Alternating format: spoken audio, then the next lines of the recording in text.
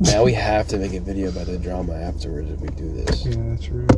But what do you think? I think, I'm not lying to you, it's something that she killed somebody, I think, but I my first thought was I think that she was a school shooter. Like she was planning on like shooting up a school or whatever. Because the way the movie portrays it is it's not something like physical, it's something that maybe she did and the guy then he can't stop thinking about it.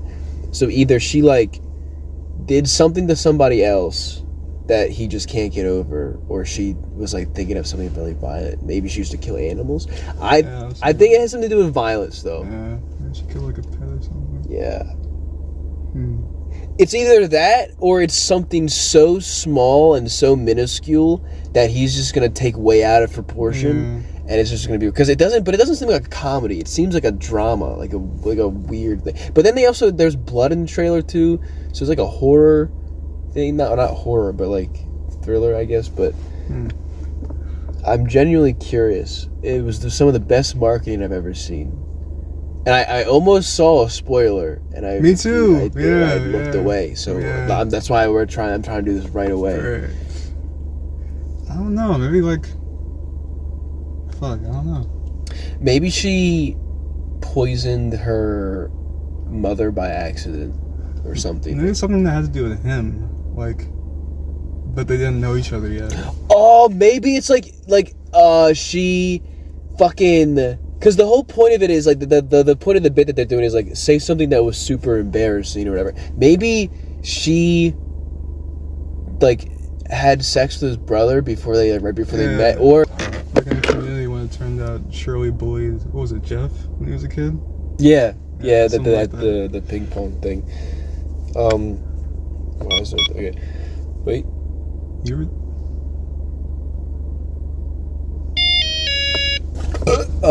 were the one who pissed in my lemonade in 12th grade. No, kindergarten.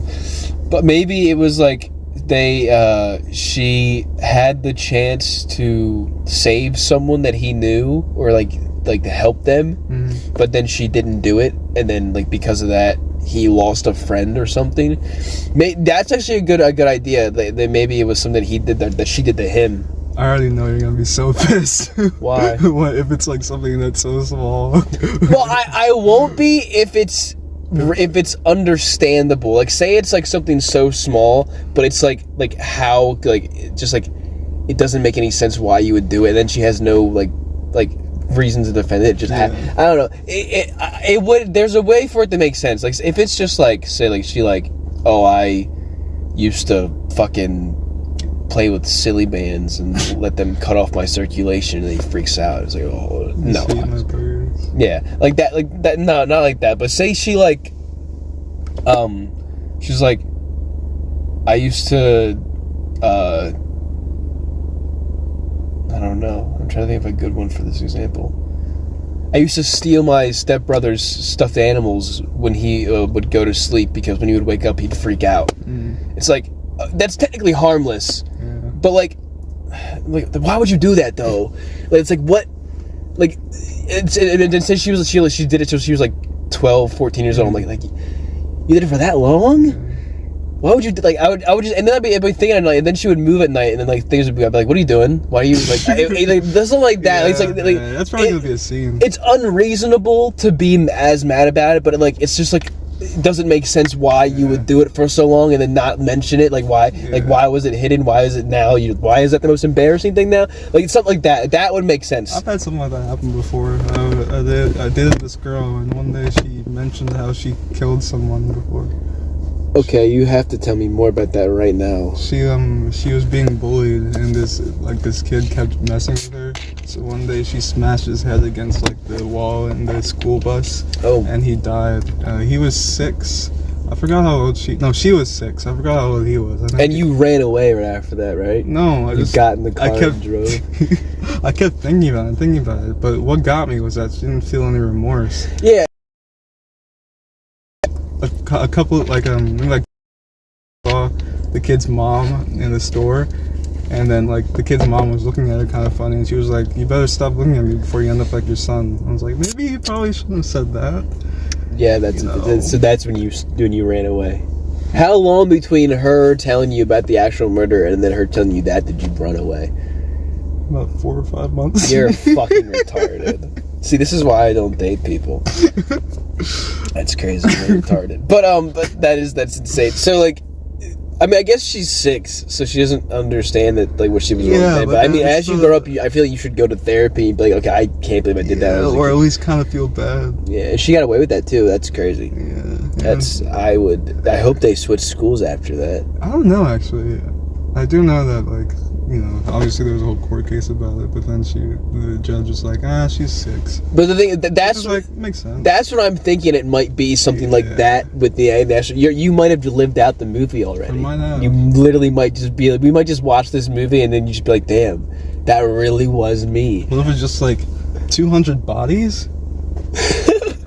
What was that thing that Drewski said? The thing Shit. she was like, yeah, I saw some pussy, but what's your body count? She's like she says my body count was like too high or whatever. Yeah, she says she lost count or something. And he was like, not my wife. Yeah, I do. So it's either got to be like 100%. It either has to be something really small that he just takes out of proportion and he can't get over it, or it's got to. I think it has to be something violent. But I think you're dead on to something with it. It has to be something that she did to him now, because that just makes a lot more sense with the trailer portrayed. Yeah. This is one of the first trailers I saw in a long time that actually got me super interested. So what if she's a Winter Soldier? She like she killed his parents. And she's like, yes. She tells him, she's gonna tell him at dinner one night with their friends. The most embarrassing thing was, so I killed your mom and dad, and I put you through this whole Russian super soldier program, and I reprogrammed your brain. And if I say a certain piece of code words, you're gonna like become my assassin. And I'm gonna need you to kill a bunch of people. So by the way, actually, coat, refrigerator, dog, and that's what you say at dinner, right? Yeah, we're gonna watch the movie now. We'll see you afterwards. We just got finished watching the movie. Literally, we just finished watching it like what, 5 seconds ago? 20 maybe minutes ago? I don't know. I was right. I was so right. I called that shit right from the beginning, right from the get-go. That shit, I actually can't believe it. I actually went crazy in the theater when she said that shit. I was like, oh my God. I was so happy I called that, because that means I'm an actual genius. Alright, Skella bro, are you ready to get pumped? Are you ready to fucking go hard? Are you ready to turn the fuck up? You son of a bitch. It means I'm a literal genius. Told everybody there was a fucking cat at Frito-Lay. That's Munchie. So we're gonna spoil the movie, obviously, because there's no point in talking about a film that you just watched without spoiling it. I just don't think, because that would just be stupid not to. And there were so many things. This movie was good. I really liked it. I don't know about you. I did. I thought it was great. I was intrigued like the entire time. I like how once you exit the theater, I forgot everything I wanted to talk about. I've forgotten the whole movie already. I've forgotten it. It's gone. But I enjoyed it so much. They were both really good at what they did. It was very realistic about how everything happened and everything. But I guess we gotta spoil it to start talking about. So the movie, the big secret that comes out was that she was gonna be a school shooter. Zendaya was gonna partake in the favorite American pastime of taking a gun to school and taking out your enemies. Okay. Now I don't think they gave us enough of like an explanation about why exactly she was gonna do it, because it doesn't make it seem like she's a psychopath. A lot of the film is basically you believing she's kind of cuckoo, but it's like she's not. I genuinely think a lot of the people just took what she said and just like made it way worse than it had to be. Like that one girl, what's her name, Sam or whatever, her stupid dumbass, she was the worst character. Unironically, she was so annoying. I hated her way more than I hated Zendaya, and Zendaya was gonna shoot up a school. Okay, so all the other girl did was lock a disabled boy in a closet which was arguably worse. Because she actually did. She actually did it, and then he was fine, but you probably caused them to have claustrophobia for the rest of his life, and he could have had a panic attack and heart attack and died in there. Yeah. Idiot. So the movie starts off really good. He's writing his speech. She's talking to the maid of honor, and then you realize that the maid of honor... I forget. It starts off with the meeting. With them meeting? Yeah, the meeting in the little diner. Or well, yeah, because he's talking about his speech. Yeah, they meet in the diner thing. But that's all stupid stuff that that is not important with the overall. It comes back like twice. What? The oh, you want to start over? Oh well, yeah, that does, I guess. But oh yeah, I guess you're right. Yeah, they do the whole cute thing where you want to start over and he goes back. It was very cute. I agree with that. I like the romance in the movie a lot. That did make sense. Like I was very what's the word? I was very bought in to Zendaya and Robert Pattinson as a couple. Fuck you, Ro. That was crazy. But yeah, so then you find out that the maid of honor and the guy are friends. The guy Mike was a really cool character throughout the entire thing. I honestly think they could have used him more to calm down his girlfriend, but he didn't, and she went a bit cuckoo. But yeah, so we find out that Zendaya tried to shoot up a school, and then Robert Pattinson, his character Charlie, just goes absolutely crazy. He just can't handle it. And to be fair, I understand to an extent of why. Because I was thinking about it. If somebody did that to you, would you be able to get over it? I mean, yeah, we'd have a conversation about it, and then I'd try to figure out why, like what was going through their head. And like if I know the person now, then like, you know. Yeah, they weren't she did specify it was when she was 15. It is like a really, like I honestly, unironically, I like it that they chose that extreme to be something along the lines of something, because what we were talking about was kind of right. It is something that technically isn't a big issue because it was in the past, but it's something that if you think about it, you're like, I just can't get over it.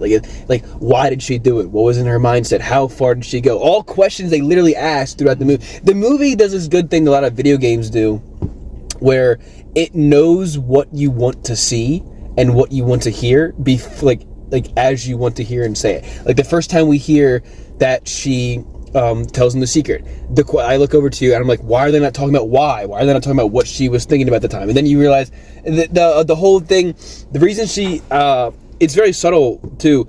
She was drunk when she explained it, which is why it's a very neat trick that they did, why she kept rambling on and making it worse and worse, because when you're drunk you just start spilling the truth out, and you literally can't stop yourself from speaking if you want to, because your brain is not working at the time, so you don't have the impulse control. So she impulsively said it and kept going. And like right before she said it, you could see him like pour her some more. Mm-hmm. And it keeps cutting to her, and every time it cuts to her she's taking a sip, and as it's really good camera work too, because as she's doing that, as she's sipping, every time she sips, it cuts away to another person as they're talking their thing, and it's slowly getting to her. And if you saw the trailer, they set that scene up perfectly. They don't hang on to it for too long. That you know that it's going to go everyone first, so you know you're waiting in anticipation for everyone to hear their story. And then when it gets to her, they don't sit there and drag it out and have her be like, no, I don't want to. They do it for like a split second, but then she just says it. She just blurts it out, says, I was gonna do a school shooting. And the crazy part is that the girl, she makes her say it too. Yeah, and then she gets super pissed at her. It's like, the thing is, in the context of the scene though, this is why I think originally, I was about to put the movie away at that moment when the girl got mad at her, because the way it's stuff is, they are talking about the worst thing they've ever done. Therefore, you already have the gimmick that you guys are talking about horrible things you probably shouldn't be telling people, but you're telling them because they're your friends and you trust them. You talk about shoving a mentally disabled person into a closet and locking them there for an entire day. Your boyfriend talked about, what was it? He let his ex-girlfriend get bit by a dog. So that wasn't really that bad. Charlie didn't have anything. He said he's sorry, but little kid. I was upset they didn't come back. I really wanted that to come back at the end and have that. That would have been, but that was an M. Night Shyamalan level twist, not A24. This is probably the first A24 film I've genuinely liked, actually. Almost every other one of the films that has been by A24, they've either been mediocre or they have been absolutely garbage. This was genuinely very good, and it's because they got two very good actors. One who is known for playing characters that have mental issues with breakdowns and stuff like that. It's just a slow, gradual process. And another character who's Zendaya is flat out amazing actor. Like, I say what you want. She's washed over. She's been in too many movies. She's fantastic. She can act a fucking part, 100%. She was the best part of that tennis movie. She's the best part of Dune. I'm pretty sure I've never seen them. And she's the best part of this movie. Overall, it is great. So they had, what was I at? I don't know. But yeah, you set this up where you have these people talking about the worst things. You already have that. And then, you get to him, and then you get to her, and like I said, you see her sipping the wine, and then she spills it, and she's drunk. And then the woman gets mad at her right away because my cousin's in a wheelchair because of a school shooting accident. Yeah, she didn't know that. Apparently she thought everybody knew that. I've told you about her. But okay, it's your cousin. I'm not worried about your fucking cousin, bro. Fuck your cousin. I don't give a shit. And then she gets super pissed, and then everyone tries to calm her down, be like, blah, blah, blah, it's whatever. And I think if Zendaya would have just stopped instead, I did it when I was 15, or explained further on and said, because, like, just said, I was fucked up in the head and I wanted to hurt people, and then in doing so, I realized how bad that was, and I actually became an activist against gun violence, that would have probably gone a long way. But no, she doesn't get a chance to explain them. But then I started thinking about it. It is very realistic. It is a very realistic depiction of how a friend who you have been friends with for a long time tells you something that's super bizarre, that you have a personal connection to, whether it is super tangential or not to you personally, it is a personal connection. And then you find this out, and then you freak out a little bit, and then it's the only thing you can think about is they've just betrayed me for the rest of their life. You can no longer look at them as a friend. It is impossible, because you've already decided their lie is not just a lie, it is a sense of betrayal, and you've been betrayed by a friend of yours. And then, because then she doesn't talk to her, and then it's the whole thing. Zendaya she doesn't get her fired. She just tells her, hey, she's not talking to me. She's trying to be nice and not tell her what's actually going on, that the two have an issue. And then she does get her fired from the job, but she was doing so because the other girl was not literally talking to her to do the work they had to do. So it's still your fault, and then she still gets mad about that. So her character pisses me off, but I think it's supposed to, because it's right. It's supposed to be like, it's that one person who just can't let things go and can't get over things, but it is still understandable why.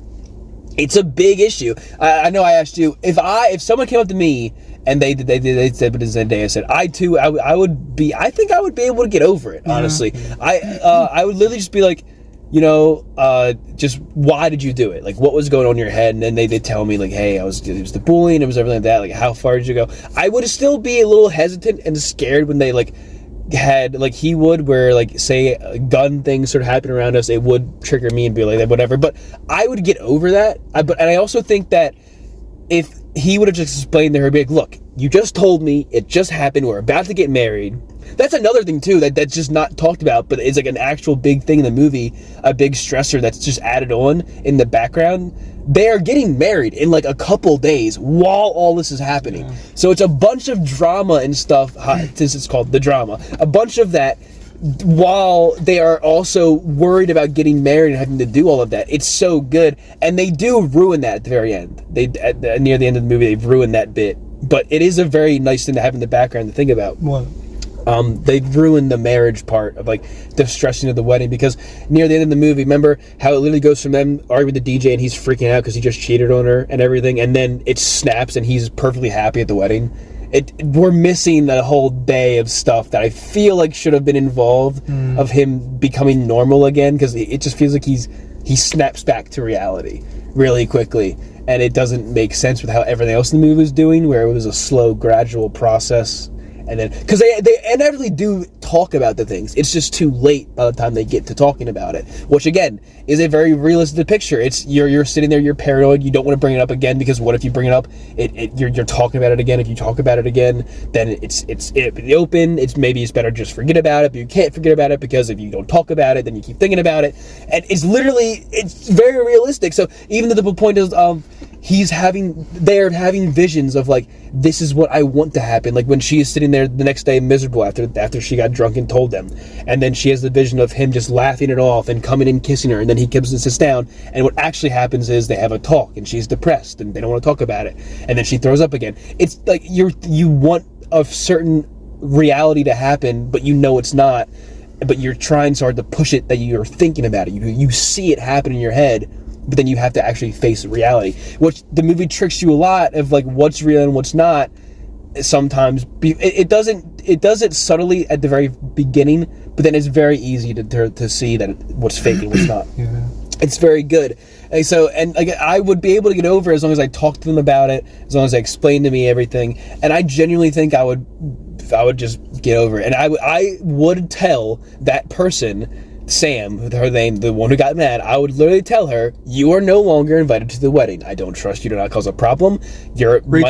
Rachel. Mike can still come. I don't care if he comes. He's fine. He's still my best man. He seemed pretty casual. If that's going to be an issue for you, you don't want him to come, fine. I don't give a shit. You can't come. You're going to cause issues, blah, blah, whatever. And then she does cause an issue. Even at the wedding. Like, no one else knew, and you knew that. I know you have a grudge. I know whatever, but your boyfriend is the best man, and he's friends with Charlie. You really just couldn't let it in. Like, you really couldn't hold it. And like that really pissed me off. I don't like that. But again, it's realistic. She was angry, and she had a moment at another person's big moment where she could tell him off using a speech, and no one would know, and she did it. And it was just very great. Like, it all makes sense why everything happens, but it does piss you off, and you're sitting there, you're so uncomfortable, because you're like, you could have just talked this out. You could have just not. You could have, all you need to do is have a fucking conversation, and it would have been fucking fine. I do like Robert Pattinson in this whole thing, though, as playing as Charlie. His whole like slowly manic episode thing makes a lot of sense. As he just gets worse and worse, and he keeps thinking about it. Like, so he sees the coffee mug with the gun, he has to throw it away, and then she brings it up later on, and she shouldn't have tried to do the OJ troll thing with the knife.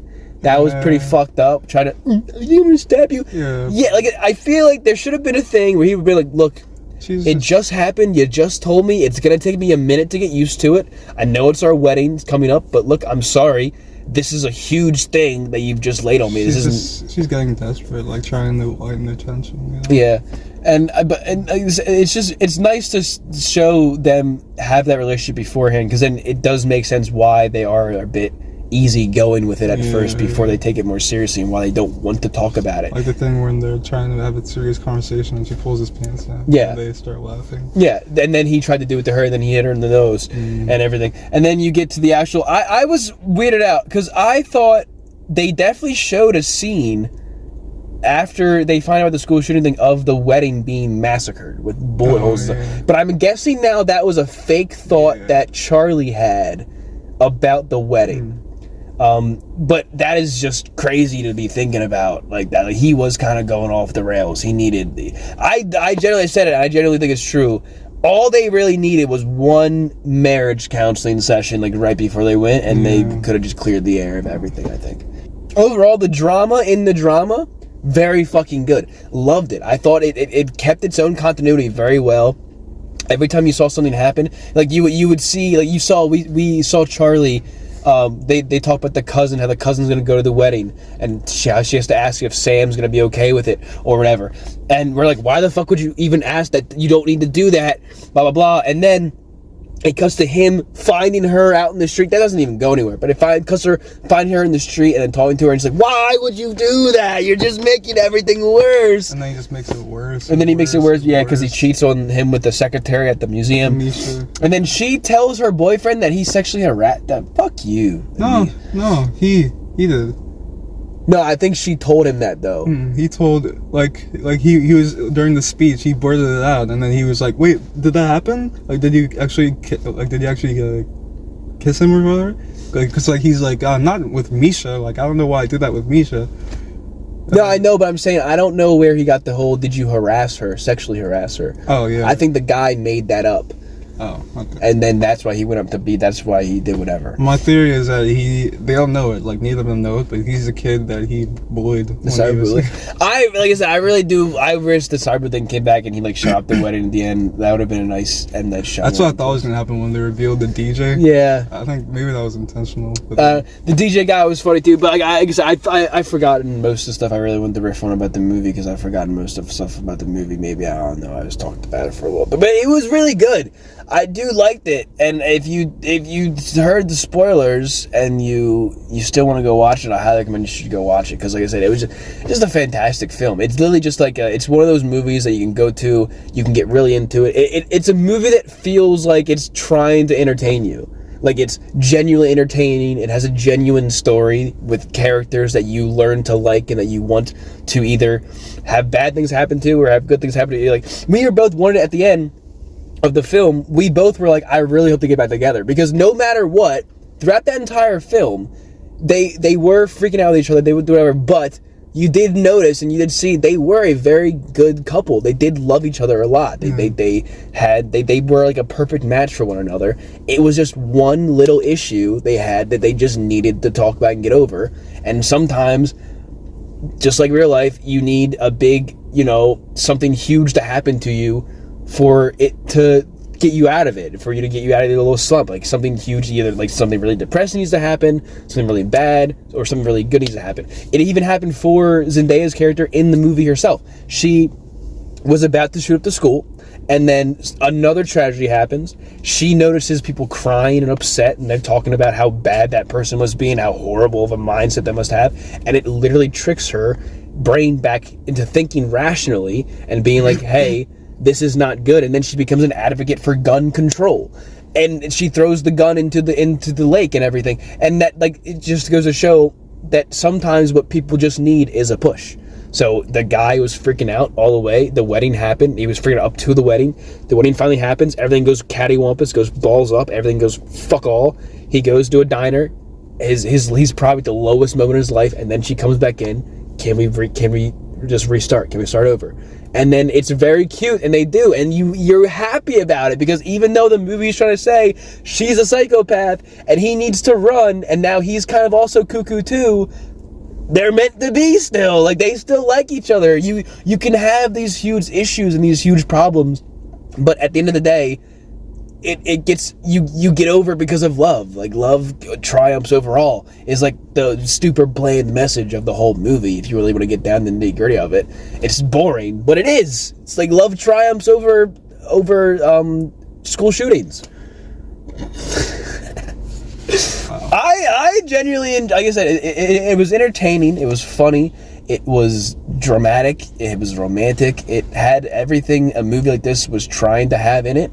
And it had a very good story to it. It had one that was it was easy to understand. The characters, everything was very well acted. It had that cool, just constant flute playing in the background whenever something super dramatic happened. So, like, even if you weren't paying attention, you heard that, and and then you got up in your seat. You were like, so nothing would be happening. They'd just be talking, and then all of a sudden you hear this, bum, bum, and then you're like, oh, something's going on, and it really gets you. The guy who, I forget what his name was, who directed the movie, but he did a very good job at getting you enticed, at getting you to want to keep watching, at keeping your attention. Something that a lot of movies lack nowadays, unless there's a big explosion or a bunch of fucking shit happening on the screen or a quip every 5 fucking seconds. This felt like what a movie was supposed to be. I genuinely enjoyed it. Yeah. And I think I yapped for a long time. What about you, Rob? Yeah, I enjoyed it too. 10 out of 10. I wouldn't say 10 out of 10. Because like I said, there were, like I said, the wedding thing, I don't like how they skip right to him being happy about the wedding thing after he just freaked out before the wedding thing. I also don't like how he doesn't really get the chance to explain the cheating thing when they first bring him in. And I do like how the scene portrays, like, she comes in, she thinks that it's about the cheating thing, and it all gets like just unlike this miscommunication errors, because that's like a CW trope for like The Flash, but when they do it, they do like a whole season's worth of shit. This is one condensed movie, so it really made the miscommunication made sense. That speech her dad gave, that was crazy. to have that speech. The movie did that twice with the cameras and that speech, where they really just railed it in right afterwards. And usually that's cliche and that's boring and it's not fun when the movie, like, when you find something out and the movie just goes, but here it's different because it's not like, we genuinely did not know what was going on. So when we find out, and like we find out just as like when they find out and everything, and then it's like they don't. It's still kind of up in the air for them. They don't want to talk about it. And then as they go to the camera shot, and the guy's like, "So we'll shoot this, and we'll shoot this, and we'll shoot this," as they're feeling like the pressure of the world and everything, and be like, "You have to stop doing this. You have to stop." You also feel it with them because you're in the same boat as them. As the point, the movie puts you where it wants you because it knows where it wants you to go next. Because you know where you want to go next. It's fucking awesome. I love when they do that. So I wouldn't say 10 out of 10 though. It's definitely 9 out of 10. Definitely 9 out of 10 movie. I definitely watch it again. Yeah. I definitely would highly recommend it as well. The drama. The drama. You want to make it out of? Sure. Yeah, sure. Let's do it.